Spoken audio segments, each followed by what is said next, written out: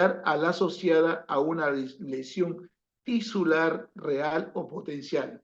En otras palabras, no ha cambiado mucho la definición, pero de todas maneras siempre hay que tener la idea de cómo podemos entender el dolor. Luego es esta parte interesante. Ahora, como dice, es la causa más frecuente de consulta médica. Repito, el dolor es la causa más frecuente de consulta médica y el motivo más habitual de solicitud de medicamentos sin receta. ¿Te duele la muela? Al toque vas a la farmacia, puedes darle un Panadol. ¿Te duele de repente y te has luxado y tienes la sospecha de que hay un esguince o de repente pides también un analgésico hasta que vayas al médico? Pero de todas maneras, salvo que el dolor sea muy intenso y que necesites ya de opioides, pero siempre lo manejas con AINES o de repente también tanto oral como también parenteral. Bien, el dolor se clasifica como el quinto signo vital. Mire qué interesante. El primer signo, pues, cuánto tiene la frecuencia respiratoria, la frecuencia cardíaca, la presión arterial y la temperatura. Pero hoy le estamos agregando como el quinto signo, ¿m? Como el quinto signo vital, dolor. ¿Y cuánto tienes de dolor? Ah, ¿cómo es eso? ¿Te duele? ¿No te duele? ¿O te duele intensamente? ¿O más o menos? Entonces, las escalas que se usan es muy importante, como vamos a verlo en el transcurso del desarrollo. Pero de todas maneras es importante que tú digas, me duele como 4, como 8 o como 10 o como 2. Nunca después de una operación te duele como 0. Siempre te va a doler. Bien, su manejo por si acaso, dice aquí, es clave para mejorar la calidad de vida de los pacientes. Bien, aquí tenemos la primera pregunta que me gustaría que usted tenga más o menos el criterio de definir. Dice, varón de 30 años, en el posoperatorio de colecistectomía, refiere dolor intenso en la herida operatoria, recibiendo un analgésico. 2 horas después, cursa con convulsiones tónico-clónicas. Y la pregunta, ¿qué analgésico se relaciona con dicho evento secundario? Aquí no menciona que le sigue doliendo, sino que menciona el evento adverso que se presenta. Bien, aquí en este grupo de fármacos tengo, por ejemplo, el ketorolaco, el celecoxib, el meloxicam y el paracetamol. Los 4 pertenecen a los inhibidores de la ciclooxigenasa. Y no he visto yo que de este grupo de 4 haya problemas de convulsión, pero sí puede haber gastritis, puede haber de repente hipertensión, porque a veces los AINES vamos a ver después, al último casi, cómo es que los AINES pueden elevar la presión, o pueden incluso, ¿no?, producir necrosis hepática como el paracetamol, pero los opioides como el tramadol, la misma morfina y otros opioides pueden cursar con este problema que se llama náuseas, perdón, convulsiones. Convulsiones. Bien, respuesta correcta entonces es tramadol. Bien, continuando entonces, veamos la clasificación del dolor. Por mecanismos neurofisiológicos, 3 grupos de dolor. Dolor nociceptivo, que es lo que mayormente sentimos después de un acto operatorio. Dolor neuropático, que vamos a verlo después, por lesión de nervio. O la C, dolor mixto o dolor nociplástico. Este último dolor es un dolor netamente que no tiene una evidencia física. No tiene evidencia física, por lo tanto, un buen abrazo, un buen te amo, un buen te perdono, bastaría para poder aliviar el dolor. Luego, según su duración, tenemos dolor agudo que está en relación al tiempo. Dice ese dolor que dura poco tiempo, menos de 3 meses. Un dolor por traumatismo, por ejemplo, un golpecito que siempre ocurre en los partiditos de fútbol o también en el de básquet. A veces hay gente que te da un codazo y te saca un costado. Y luego tenemos el dolor crónico, ese dolor que dura más de 3 meses, especialmente la artritis reumatoidea. Y luego el tercer grupo, por localización del dolor, tienes un dolor somático, un dolor de huesos, de músculo, un dolor visceral o un dolor mixto. Y por último, de acuerdo a la intensidad, tengo 3 grupos: dolor leve, que tiene la escala llamada escala análoga visual, de 1 a 3 puntos, moderado, de 4 a 6, e intenso, de 7 a 10. Con esta clasificación nos vamos a poder ya definir qué es un dolor nociceptivo y qué es un dolor neuropático. Empecemos con el dolor nociceptivo. El dolor nociceptivo es la respuesta normal del organismo a una injuria. Por ejemplo, una cortada del abdomen por de repente un bisturí, o también puede ser, ¿no?, un traumatismo por una caída, etc. Y tiene por objetivo prevenir mayor daño. Como vamos a ver después, el dolor nociceptivo es un dolor netamente de protección, mientras que el dolor neuropático, indiferente. Ejemplo, por ejemplo, ¿no? Tenemos acá ejemplo: retirar la mano de un objeto caliente luego del primer contacto. Si usted está de repente desprevenido y por ahí encontró una zona caliente, saca la mano. Es una manera de protegerse. Asimismo, es causado por la activación de receptores del dolor que reciben el nombre de nociceptores, en respuesta a un estímulo que puede ser una lesión, una inflamación, una infección o una enfermedad. Como ocurre con el dolor agudo, suele haber una relación directa entre la intensidad y la gravedad de la agresión.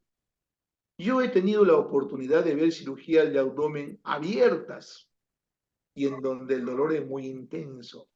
Pero ahora las cirugías que son con videolaparoscopía o videotoracoscopía ha reducido muchísimo, porque algo vital más duele la parte somática que la parte visceral. ¿Qué? Bien, los nociceptores, ¿qué son? Porque ahí está, ¿no?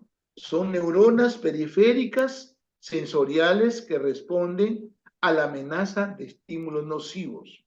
Los estímulos nocivos pueden ser mecánicos, como el movimiento, la presión, la lesión tisular directa, etc. Térmicos, como la hipertermia o la hipotermia. Químicos, externos o internos. Esa es un nociceptor. Algo interesante, acá tenemos, miren, algunos estímulos nocivos que finalmente van a producir efecto en este nociceptor.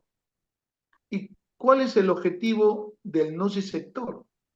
Es transformar un estímulo químico en una actividad eléctrica.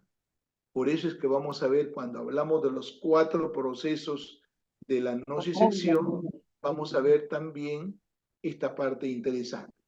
Muy bien, aquí para mostrarles, ¿no?, lo que se llama cómo repercute la inflamación y el dolor. Por ejemplo, acá tengo la injuria que estamos viendo acá. Este es un mediador inflamatorio, la bradiquinina, y aquí tenemos también este producto que recibe el nombre de factor de crecimiento nervioso, etcétera. Acá otro elemento importante, péptido relacionado con el gen de calcitonina, y luego tenemos la 5-hidroxitriptamina. Todos ellos van a ocasionar una lesión en el nociceptor. Y este nociceptor va a encargarse de transformar estos estímulos químicos, histamina, serotonina, prostaglandinas, en un estímulo eléctrico para llevarlo a la médula espinal. Bien, estos son los mediadores del dolor que usted debe recordar: neurotransmisor excitatorio y neurotransmisor inhibitorio. Siempre acordemos de los aminoácidos, el glutamato y el GABA, que es inhibitorio. Y luego neuropéptidos, la sustancia P, la sustancia neurocinina, y en la parte de inhibitorio, las beta-endorfinas, la leuencefalina y la metencefalina. Y cuando hablamos de monoaminas, la serotonina y la noradrenalina. Vamos a observar dentro del mecanismo de acción del famoso tamal, que tiene Déjalo ahí, doble ¿no? mecanismo de acción. Entonces también es interesante que mencionemos. Bien, ahora ingresamos a los 4 procesos fisiológicos en el dolor nociceptivo. Primero, la transducción. ¿Qué significa eso? Proceso por el cual el estímulo nocivo periférico se transforma en un estímulo eléctrico. ¿Y quién es el responsable de transformar ese estímulo nocivo periférico? El nociceptor. Luego viene el segundo componente, que se llama transmisión, propagación del impulso nervioso hasta los niveles sensoriales del sistema nervioso. ¿Quién lo hace? La fibra nerviosa. Vamos a ver que las fibras responsables del dolor son las fibras C delta, la fibra C y las fibras A delta, son las dos. No me refiero a las fibras B, porque las fibras B tienen que ver con la parte autonómica, pero las fibras A delta y la C son responsables del dolor. Luego viene la modulación, la capacidad que tienen los sistemas analgésicos endógenos de modificar la transmisión del impulso nervioso, fundamentalmente por inhibición en el asta dorsal de la médula espinal, pero aparentemente también se da a otros niveles. Recordemos siempre que hay un sistema de compuerta, donde las fibras gruesas, las B, bloquean las sensaciones dolorosas cuando son de intensidad baja, pero cuando son de intensidad muy alta, tiene que haber otro estímulo, otra respuesta inhibitoria para evitar el dolor. Y hablamos del sistema inhibitorio descendente, que tiene que ver con serotonina y tiene que ver con noradrenalina. Y ahí a veces es cuando aplicamos, cuando usamos tramadol, ahí su efecto. Bien, luego tenemos la percepción, que es básicamente el lugar, proceso final en que los 3 primeros, interactuando con una serie de otros fenómenos individuales, crea una experiencia subjetiva y emocional denominada dolor. Estos son los 4 procesos nociceptivos que lo tiene que recordar. Y esta es una gráfica de lo mismo, una gráfica, mire, acá tengo el estímulo nocivo, acá está el nociceptor. Este es responsable de transformar este estímulo nocivo en una actividad eléctrica. Y luego esta fibra, que tiene que ver con fibra A, delta y C, se encarga de la transmisión y lo lleva a la médula espinal, donde se produce la modulación de la teoría de Wallacom o compuerta y finalmente el sistema inhibitorio. Luego de aquí va a pasar al lado opuesto y va a ascender por las fibras talámicas al tálamo y finalmente a la corteza. Muy bien, luego pasamos al dolor neuropático. Como es claro definir, iniciado o causado por una lesión primaria o disfunción en el sistema nervioso central o periférico. Aquí quiero mencionar como hay una lesión en el sistema nervioso central o periférico, hay muchos receptores opioideos que se pierden, se destruyen. Y por esa razón, los dolores neuropáticos son menos manejables con opioides y es necesario usar los ayudantes que pueden ser antidepresivos tricíclicos, la carbamazepina, la mexilitina o de repente la gabapentina, la pregabalina, etc. Bien, como podemos seguir introduciéndonos, el dolor neuropático supone la alteración del sistema nervioso tanto central, autonómico como periférico. Ah, alteración. Por eso es que usted no puede decir dolor neuropático igual morfina. No, no, no. No funciona. No funciona. Pero sí puede decir dolor neuropático clonidina, porque ahí sí. O dolor neuropático ketamina, porque dependiendo qué hacemos. Por ejemplo, la clonidina tiene una ventaja diferente al resto. Y la ketamina también, porque la ketamina es un inhibidor de los receptores de N-metil de aspartato, que finalmente ingresan calcio y mucho calcio genera activación de las enzimas algogénicas. Bien, acá tenemos más o menos un esquemita, ¿no? Lo que tiene que ver con el dolor neuropático. Recordemos la fisiopatología o la patología. Mecanismos periféricos, la hiperexcitabilidad de la membrana, las descargas ectópicas y los cambios de transcripción. Y aquí los mecanismos centrales, hiperexcitabilidad, pérdida de controles inhibitorios, no hay, porque los efectos inhibitorios parece que tienen que ver con la parte netamente opioidea endógena y luego la reorganización. Hay una sensibilización periférica y central.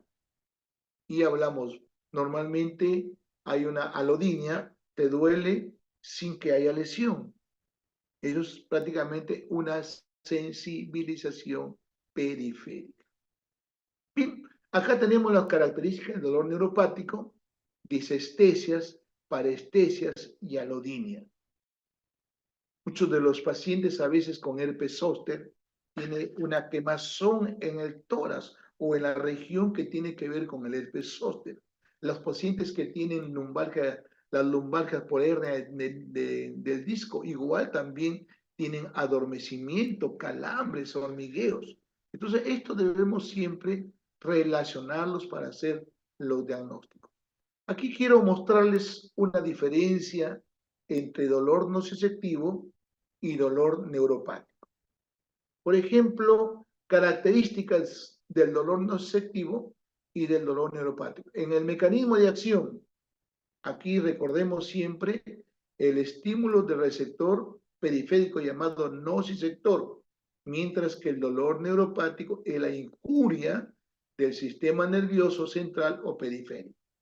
Evidencia clínica, dos cosas, localizado o difuso, persistente o intermitente.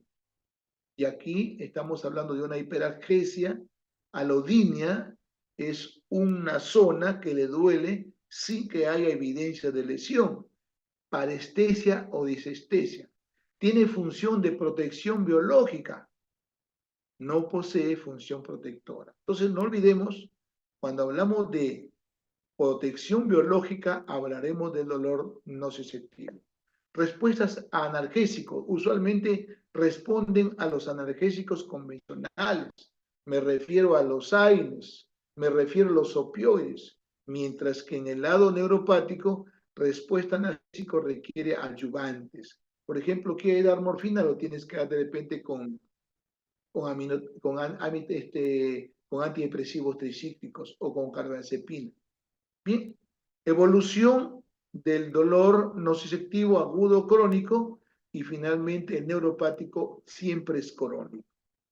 Y aquí tenemos dos ejemplos, el dolor de origen inflamatorio o por daño, el algodistrofia, las neuralgias, esta famosa fibromialgia que se presenta mucho en las mujeres.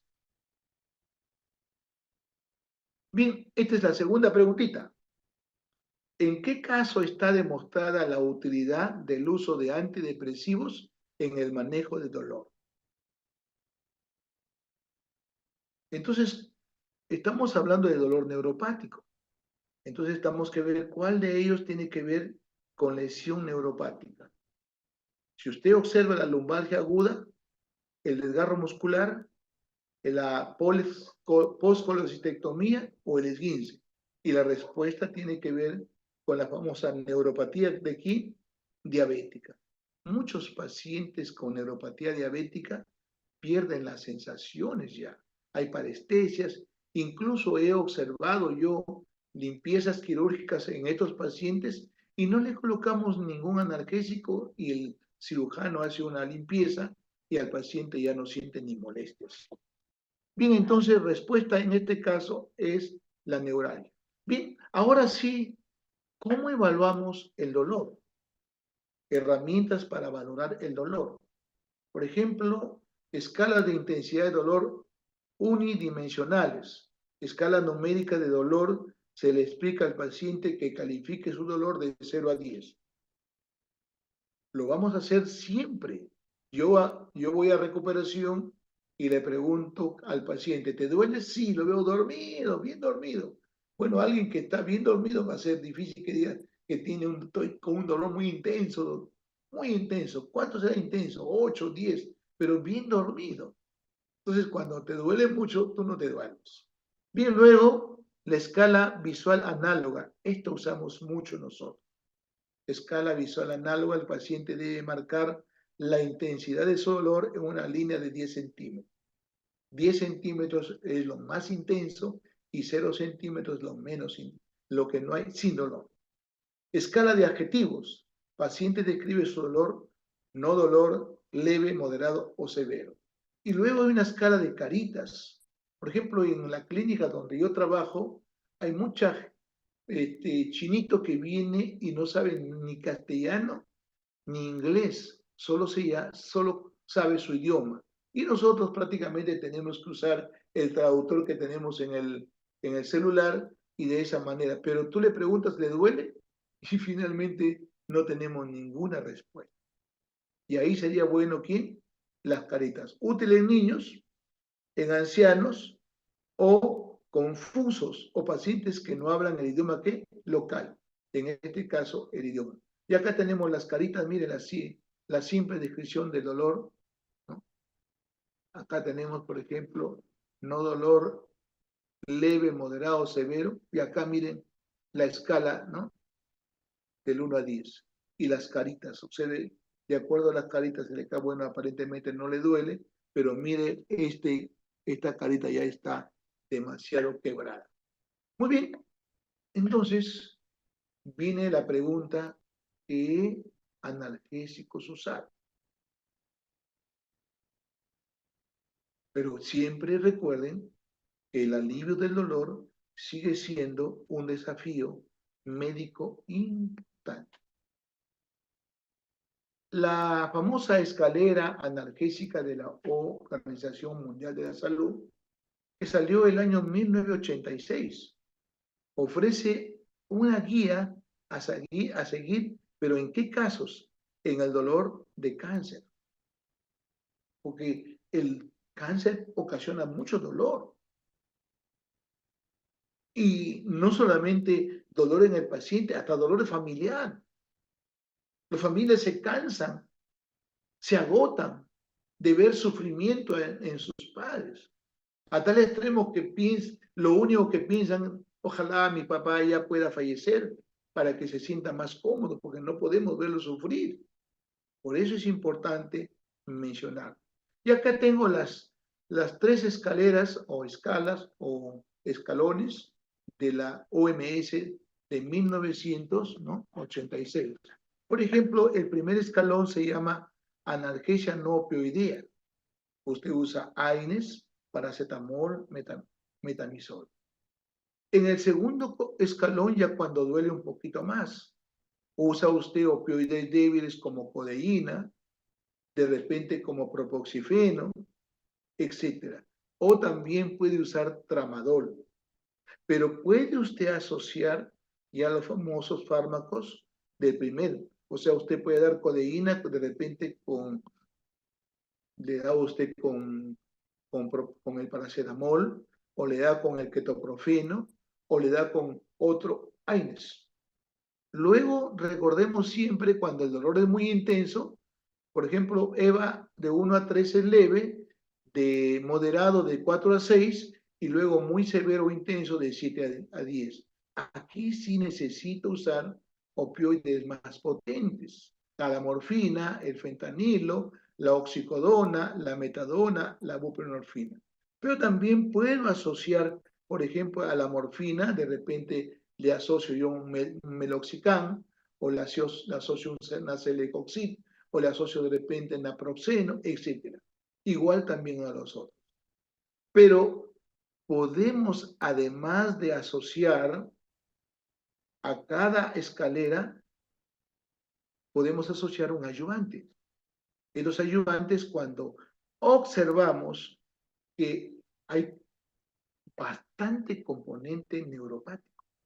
Por lo tanto, por más que le demos estas drogas, no vamos a lograr aliviar el dolor y tenemos necesidad de usar de repente antidepresivos tricíclicos o de repente también podemos también usar otros productos, por ejemplo, como anticonvulsivantes, ¿no? Etcétera.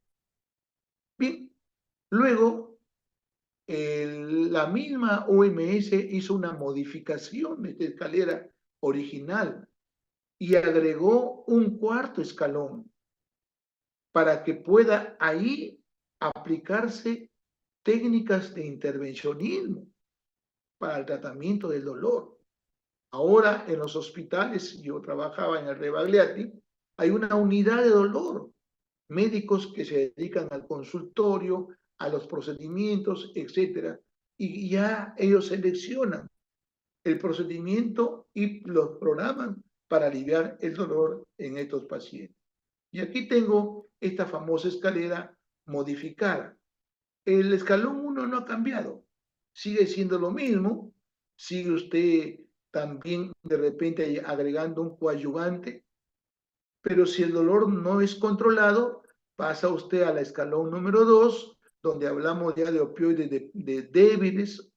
Luego también seguimos con AINES de repente, codeína de repente con ibuprofeno, o también le agregamos un ayudante. Luego pasamos al tercer escalón, donde el olor es más intenso, ya usamos morfina, fentanilo, metadona y los famosos AINES y ayudantes y dolor. Y cuando ya estas molestias no son fáciles de manejarlo, el paciente se sigue quejando, pasamos al cuarto escalón, donde básicamente tenemos que manejar el feedback de mis pacientes. Bloqueos nerviosos, por ejemplo, ahora estamos usando mucho. Antes yo, por ejemplo, hacía los bloqueos por una formación anatómica. Luego pasó unos años, vino la neuroestimulación y en estos momentos estamos usando bloqueos nerviosos con ecógrafo. Luego los opioides en la médula espinal. Luego el 87 colocaba yo un catéter epidural y a través de ese catéter colocaba morfina y la morfina epidural duraba 24 a 36 horas. Luego pasamos a lo que son, colocábamos bombas implantables, pero cada vez era más sofisticado y finalmente han ido cambiando. Hoy tenemos, por ejemplo, estimulación nerviosa, transcutánea, estimulación medular, la radiofrecuencia, la crioanalgesia y las infiltraciones. Bien, entonces no se olvide, necesita este cuarto escaloncito en áreas o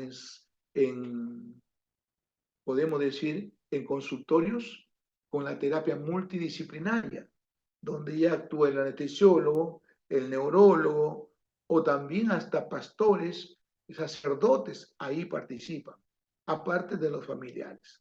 Muy bien, el abordaje farmacológico, por ejemplo, dolor leve, de 1 a 3 de EVA, analgésicos no opioideos, paracetamol, metamizol, en caso de dolor visceral. El metamizol es muy bueno para el dolor visceral. AINES, por ejemplo, aspirina de elección en dolor óseo y metastásico. Se pueden añadir fármacos adyuvantes. Por ejemplo, a mí me gustaría usar de repente pregabalina o gabapentina. Y si tengo un problema netamente a nivel de neuralgia del trigémino, de repente uso carbamazepina, que es muy buen producto. Luego, el dolor moderado, de 4 a 6, ya pasamos a los opioides de poca potencia o de potencia débil, asociado a paracetamol o dihidrocodeína, ¿no? Tramadol de elección, ajustar dosis, luego de pasar a una formulación de repente retardada o gota de rescate. Puede añadir fármacos de primer escalón, o sea, los AINES, o puede añadir también los adyuvantes. Luego, cuando el dolor es muy intenso, pasamos al uso de opioides ya más potentes, donde se usa morfina, por ejemplo, y mire el dolor de 7 a 10. Si no tomaba opioides, empezar con dosis bajas. Si no tomaba opioides, hay que empezar 30 a 60 segundos al día, miligramos por día. Si ya tomaba convertir ya 30 a 50% de aumentarlo hasta controlar el dolor.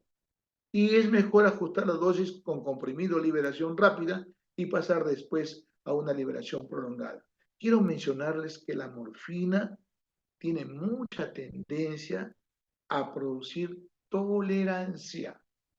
Por lo tanto, cada vez voy a necesitar más dosis o más o cada vez menos intervalo de administración.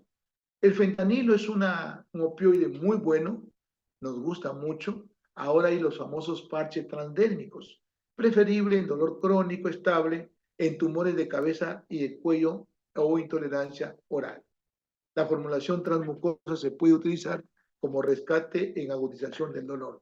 O sea, aparte de tener parches transdérmicos, puede usar la vía nasal. Puede añadir al fármaco también el primer escalón, o sea, me refiero a los AINES o los adyuvantes. Entonces, nunca usted debería usar solo opioides. Hay que ir acoplándoles para que de esa manera ya tengamos la idea. Bien, esta es la medicación adyuvante. Está constituida por una serie de fármacos que pueden utilizarse simultáneamente con analgésicos, incluidos en los distintos escalones de la escalera de la OMS. Muy bien. Son medicamentos que aumentan o modifican la acción de otros medicamentos. Por decirles, los antidepresivos tricíclicos vuelven más sensibles a los receptores opioideos a la morfina. Por eso es que va muy bien esta combinación morfina con amitriptilina. Su acción principal no es analgesia, pero tiene una actividad analgésica en determinadas condiciones o síndromes dolorosos.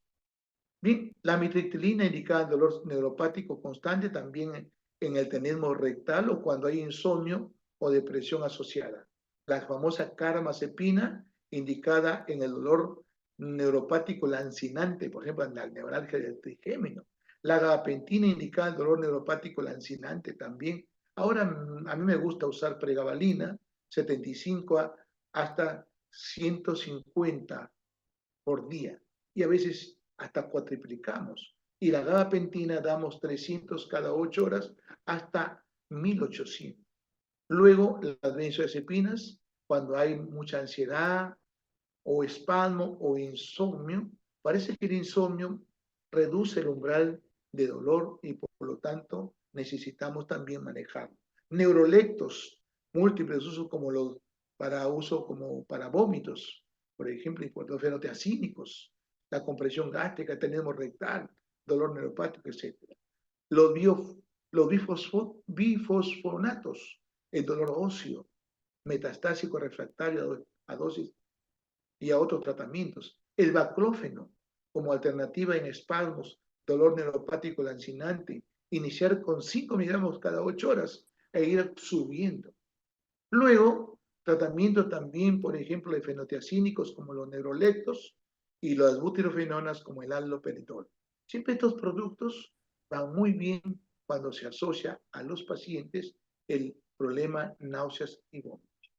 Muy bien, los antihistamínicos, la hidrolazina, el midazolam, lorazepam, como benzodiazepina. y luego estamos repitiendo lo mismo, parece que se ha repetido estas dos diapositivas. Muy bien, entonces, otras técnicas analgésicas, modulación neuromuscular y terapia neural, tratamiento neuroquirúrgico, simpatectomía, tristotomía, termocoagulación del ganglio de Gasser, mielotomía comisoral, cordontomía, talomotomía. Básicamente, estas técnicas ya son muy agresivas. Ya básicamente cuando ya el dolor es terminal y al paciente lo único que le queremos producir es un alivio y una calidad de vida. Muy bien, acá otras técnicas, por ejemplo, de analgesia, los métodos de neuroestimulación, estimulación eléctrica transcutánea, métodos físicos, radioterapia, termoterapia, laserterapia, acupuntura, tratamiento psicológico. Hay muchos pacientes que estas técnicas van de la mano con un apoyo psicológico. Por ejemplo, la famosa laserterapia o la termoterapia o la acupuntura. Cuando yo revisé un poco en lo que era manejo del dolor en el primer estadio del trabajo de parto, hablaban de técnicas psicoprofilácticas y dentro de esas técnicas estaba la acupuntura, que básicamente se usaba, y tratamiento psicológico. Muy bien, hemos hablado que el primer escalón son AINES.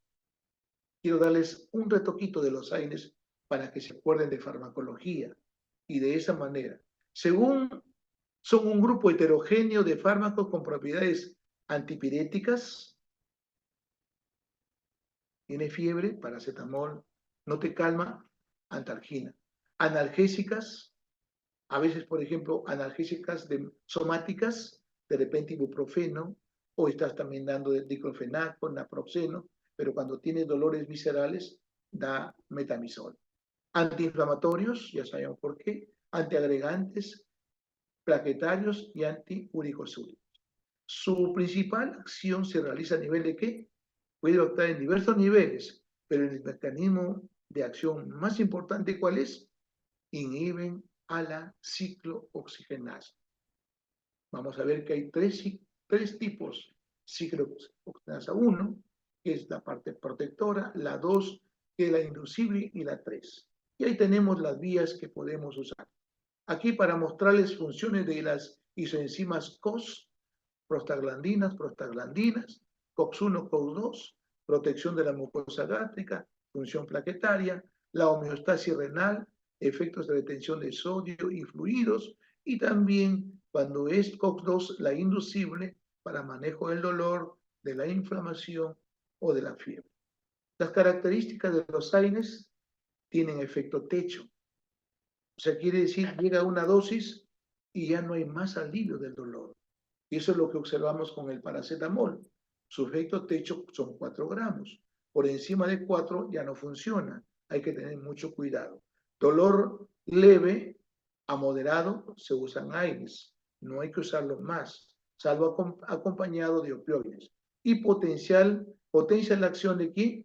De los opioides. Por eso le decimos, use usted en el segundo escalón al opioide o también en el tercer escalón. Y aquí tenemos el mecanismo de acción, siempre recordemos esta diapositiva. Por ejemplo, esta fosfolipasa 2 es el responsable de inhibir, ¿no?, la formación de ácido araquidónico. Y luego, cuando ya hay ácido araquidónico, tenemos dos vías, la de las COX-1 y la COX-2. Y aquí es importante que recordemos, ¿no? Recuerde siempre, los AINES pueden inhibir COX-1 o COX-2, pero si tenemos celecoxib o heterocoxib, podemos inhibir, pero no siempre es lo mejor.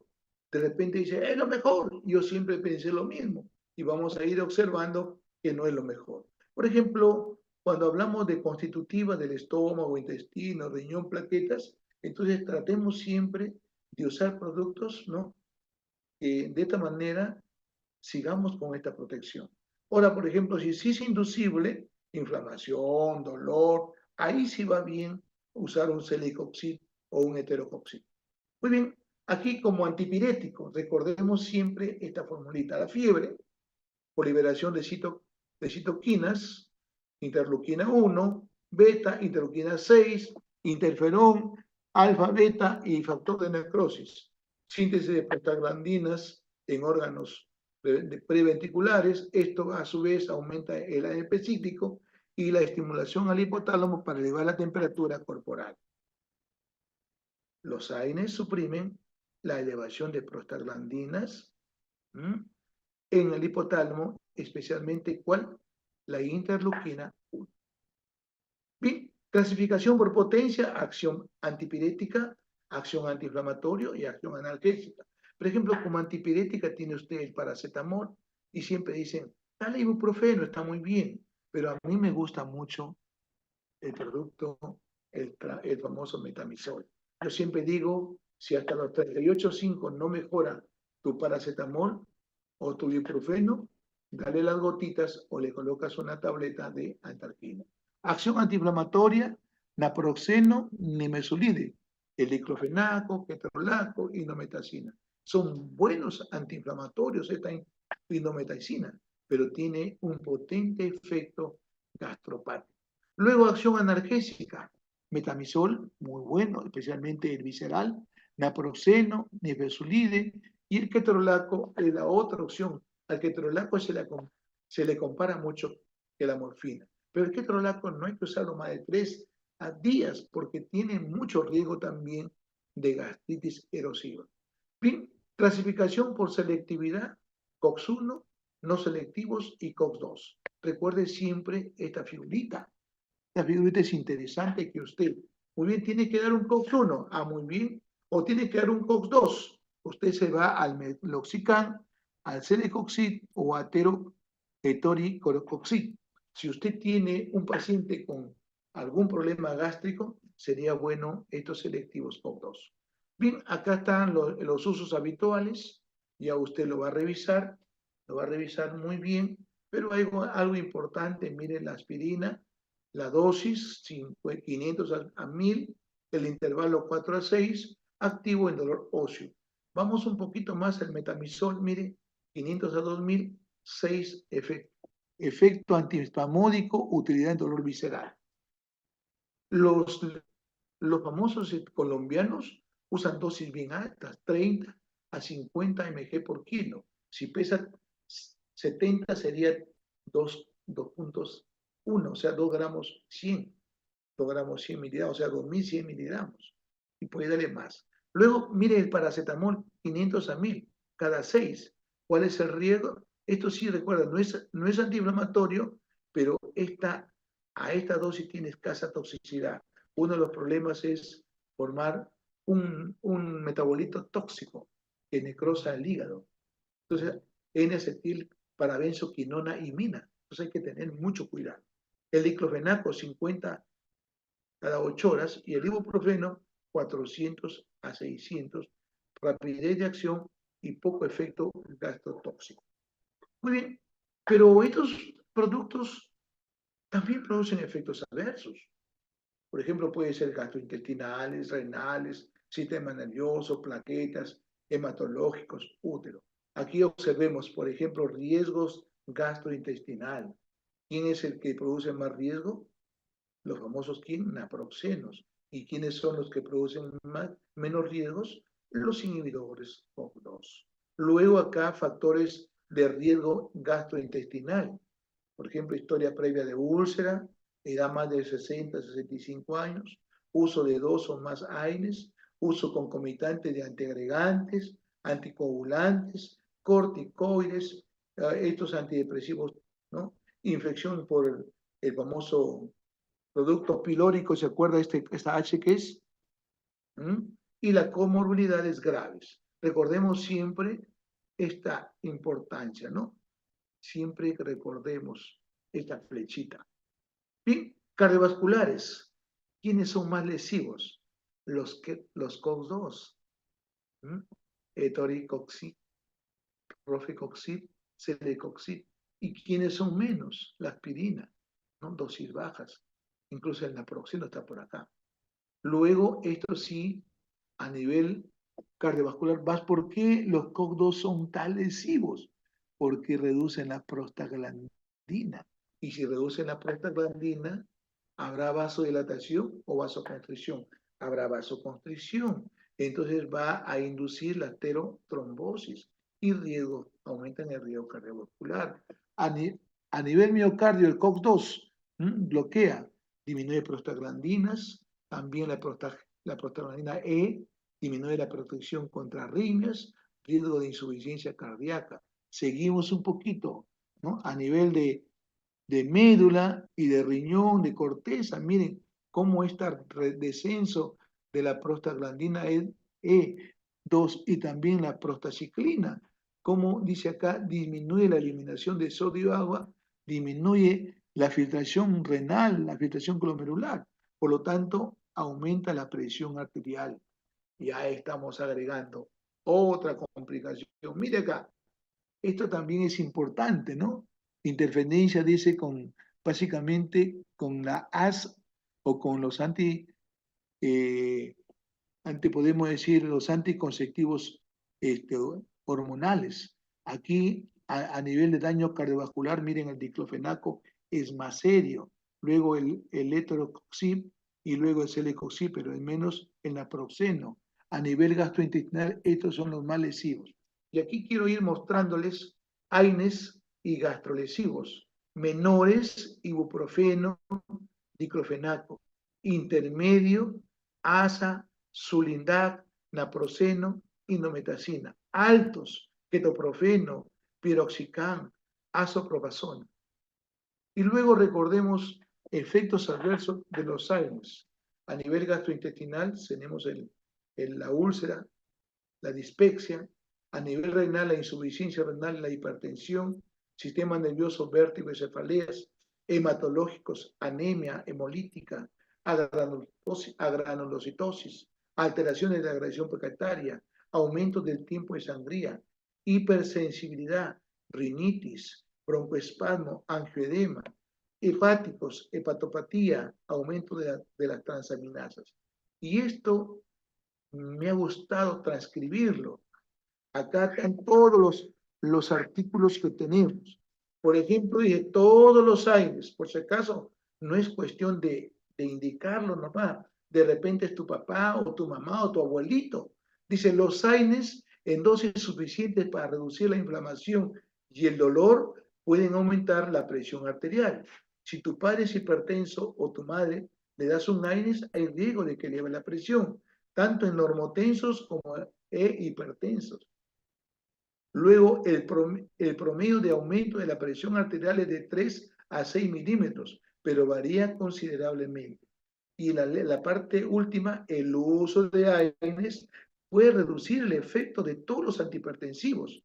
O sea, esto es importante, menos o excepto el bloqueador de canales de calcio. Muy bien, riesgo renal, otra cosa importante. Miren, acá tengo el estadio, la filtración glomerular y la descreción. ¿Qué puedo decir? En enfermos con terapia de AINES crónica, evaluar la función renal mediante el filtrado glomerular al menos una vez al año. Estadio 3, estamos hablando acá, ¿cuánto tiene de filtración glomerular? De 30 a 59 ml por minuto. ¿Qué dice acá? Descenso moderado de la filtración glomerular. ¿Qué pasa? Dice, no recomendado salvo situaciones especiales, con vigilancia estricta y evitando los famosos COX-CIP, los famosos 2. Y luego estadio 4 y 5, se está refiriendo de 15 a 29 o menos de 15, absolutamente contraindicados. Bien, acá tengo interacciones, siempre recordemos, usted debe recordar, mire, si usted observa, acá por ejemplo, el metotrexato, la digoxina, los AINES, todos disminuyen la excreción. Digoxina, aumento de la concentración plasmática. El probenecid, disminuye el metabolismo y aclaramiento de los AINES. Quinolonas, que tanto estamos dando ahora, aumenta los riesgos de convulsiones. Ciclosporina y, mire acá, el famoso tacrolimus que se da en los trasplantes de hígado, ¿no? Aumentan el riesgo de nefrotoxicidad. Antihipertensivos, antagonistas del efecto antihipertensivo, diuréticos, aumentan el riesgo de nefrotoxicidad. Luego tenemos inhibidores de la ECA, por ejemplo, todos. riesgo de insuficiencia renal e hipercalemia. Clopidogrel, otro anticoagulante, aumenta el riesgo de hemorragia. La famosa pentosifilina también aumenta el riesgo de hemorragia. El litio disminuye la excreción del litio. Anticoagulantes, aumenta el efecto anticoagulante. Antidiabetógenos orales, disminuye el metabolismo de la sulfonilurea. Entonces, mucho cuidado. O sea, no es cuestión de que yo lo receto. Ya me siento un doctor. Todavía le falta, doctor. Usted tiene que seguir trabajando mucho. Opioides poseen afinidad selectiva sobre receptores opioideos, causando analgesia de elevada intensidad. El efecto producido principalmente en el sistema nervioso central, tenemos opioides menores, dolor moderado, mayores, dolor intenso. Y acá tengo los famosos receptores más frecuentes que usamos cuando manejamos opioides. Bien, sigo. Tipo de opioides, los agonistas puros, los agonistas antagonistas o mixto también se llama, agonistas parciales y antagonistas. Aquí los agonistas puros se comportan muy preferentemente y en ocasiones selectivos sobre receptores MU, mostrando su máxima actividad intrínseca. No tiene efecto techo, ojo, no tiene efecto techo. Usted le sigue dando la dosis más, le va aliviando el dolor, pero también le va produciendo mayor depresión respiratoria. Y aquí tengo los ejemplos de agonistas muy puros. Luego los parciales actúan sobre receptores U con actividad intrínseca inferior a los agonistas. En otras palabras, tienen un efecto máximo menor de 100. En presencia de un agonista puro, ojo, este agonista parcial se puede transformar en antagonista y desencadenar este riesgo, síndrome de abstinencia aguda. Y como ejemplo, la famosa buprenorfina. La buprenorfina en estos momentos no está viniendo para uso oral, no hay presentación, solo lo estamos usando como parche tras de él. Luego los agonistas, antagonistas, acá está por ejemplo agonistas MU, perdón, agonistas kappa y antagonistas MU. Agonistas del receptor kappa, como dice acá, y antagonistas MU. Acá es importante. Si se administra junto a un agonista puro, entonces este efecto anti-MU va a desencadenar también el síndrome de abstinencia. Mucho cuidado. Luego la pentazocina, nalbufinas y el butorfanol son los productos. Bien, solo unos 15 minutitos y terminamos para que puedan conversar.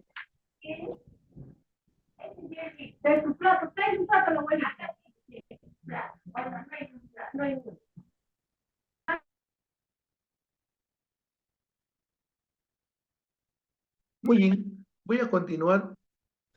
Aquí quiero mostrarles también los antagonistas tienen afinidad por los receptores opioideos, sobre todo por el MU, pero carecen de actividad intrínseca. ¿Por qué? No hay efecto. Y acá está la naloxona y la naltrexona. Bien, entonces, estos son los opioides menores que usted siempre debe recordar: codeína, dihidrocodeína, tramadol, dextropropoxifeno, y opioides mixtos, pentazocina, butorfanol, nalbufina, etc. La codeína, recordemos siempre, asociado con un AINES, puede mejorar el dolor moderado. Propiedades antitusígenas y antidiarreicas. Recordemos el efecto antitusígeno es con dosis menores que el analgésico. Antidiarreicas también, todos los opioides producen constipación. Potencia analgésica 120 miligramos es igual a 10 miligramos de morfina, porque se ha observado que el 10% de la dosis que das de codeína se transforma en morfina. Efecto analgésico cada 4 a 6 horas, y esta es la dosificación que tenemos que tener en cuenta.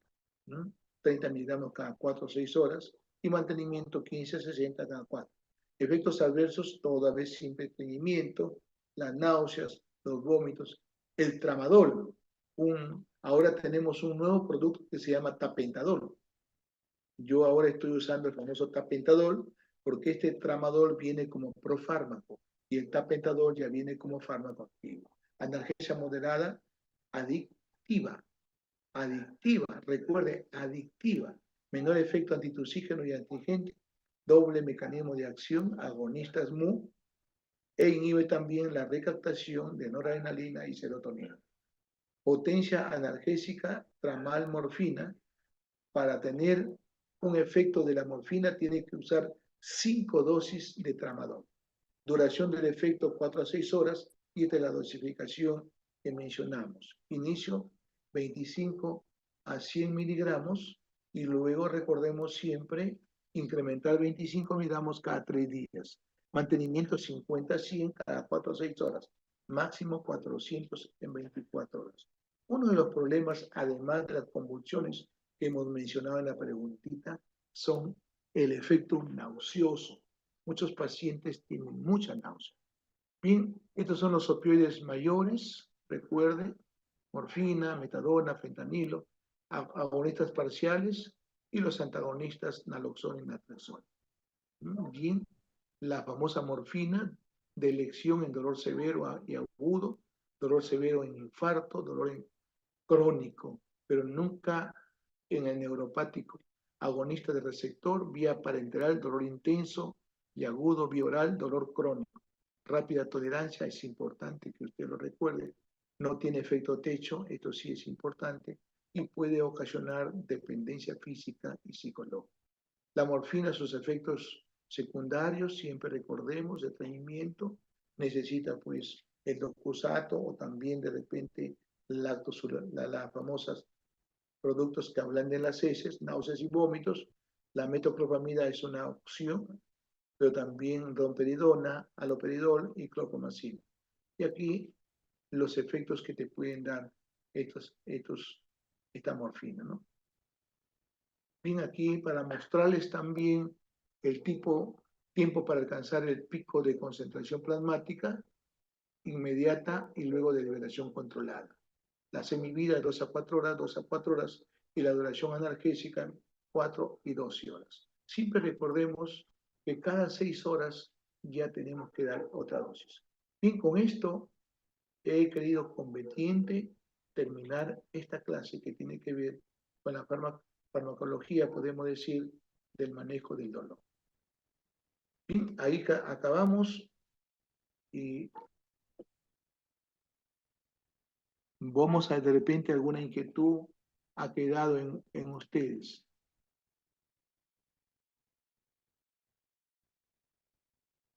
Luis, delegado, te voy a pasar en la grabación para que lo puedas hacer pasar a todos los coleguitas que no han tenido la oportunidad de ingresar.